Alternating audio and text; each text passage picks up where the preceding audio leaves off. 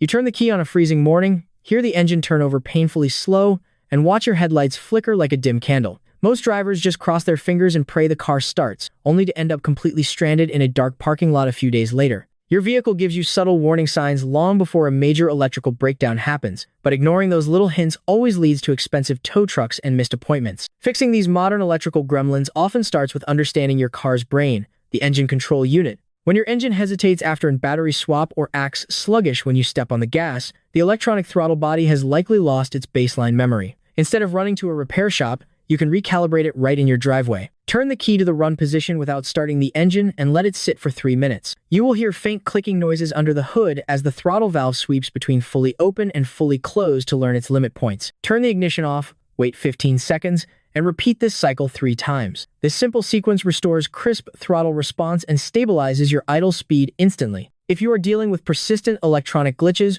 or trying to perform a deep system reset, trying to clear codes with a partially discharged battery is a recipe for disaster. 95% of failed module resets happen because the battery voltage dips during the process. Computer modules in modern vehicles are excessively sensitive to minor voltage drops. A fully charged battery supplies a steady 12.6 volts, keeping the digital reference signals perfectly flat. Always charge your battery completely and let it rest for an hour before plugging in any diagnostic equipment. When you need to perform a complete hardware reset on your control modules, disconnecting the negative battery terminal for a full 15 minutes clears out all stored adaptive memory. That 15-minute waiting period allows the internal capacitors inside the engine computer to drain completely, wiping away old driving profiles and sensor trim values. Reconnecting the cable after a full drain forces the system to reboot with fresh baseline parameters. Before we dive into how your alternator belt setup can quietly kill your entire charging system, take a quick second to hit that subscribe button so you never miss our practical DIY garage guides. Keeping that battery topped off requires a healthy alternator. Yet alternator maintenance is almost entirely ignored by most vehicle owners. The serpentine belt tension dictates whether your alternator produces adequate current.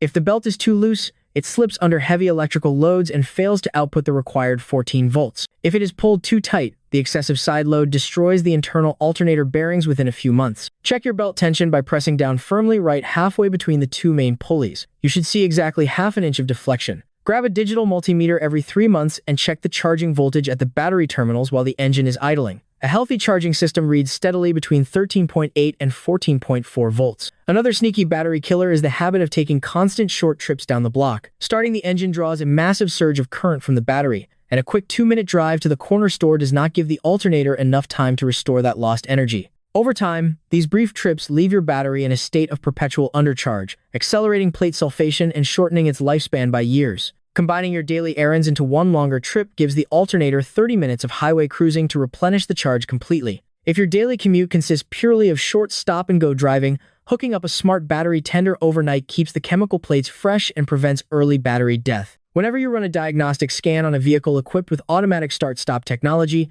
disable the start-stop feature completely before reading live data. When the engine shuts down at a stoplight during a road test or diagnostic cycle, the computer modules drop into a low-power sleep mode. Once the engine restarts, several sensors take a few seconds to stabilize, generating false fault codes and interrupting module calibration routines. Turning off start-stop keeps all electrical buses active, ensuring a smooth, continuous stream of diagnostic data across the entire network. Right before we look at how a cheap pocket scanner can instantly identify that mysterious check engine light, make sure to subscribe to the channel if you want to master DIY car care and save money on repairs. Every vehicle manufactured after 1996 features a standardized OBD2 port located right under the dashboard on the driver's side. Plugging a simple Bluetooth diagnostic scanner into this 16-pin connector links directly to your smartphone, giving you instant access to engine, transmission, and ABS fault codes. Instead of panicking over a glowing check engine light, you can scan the system yourself to see if the issue is just a loose gas cap or a momentary sensor glitch,